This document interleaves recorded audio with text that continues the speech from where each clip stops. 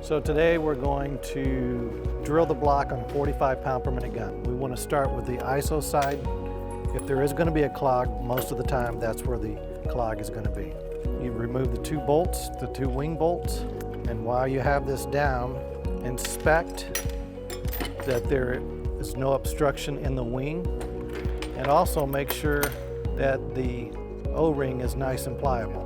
If it's not, you want to replace it. And if there's obstructions here, this is a 3/8 drill bit and you'll have to drill down in there. Turn on the nitrogen by pushing on the black button, the override. Now lock that back. Now the rod is retracted.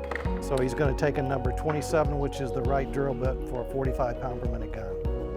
And he's going to simply drill through both sides. He's going to take that out, he's going to wipe it off. He's going to push it through.